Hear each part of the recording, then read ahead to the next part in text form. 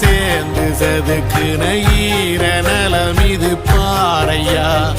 வாழும் வரையிலும் நீயும் விதைக்கிற கடமை இருக்கு கேளையா கோடி விளக்காய் ஏந்தி கிடந்த வீடும் இருண்டது ஏனையா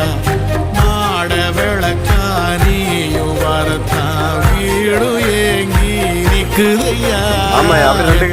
சாமி வந்ததையா இது எந்தெந்த சாமி தந்ததையா எத்தனை பாட்ட சொன்னதையா அத சுத்துற பூமி கண்டதையா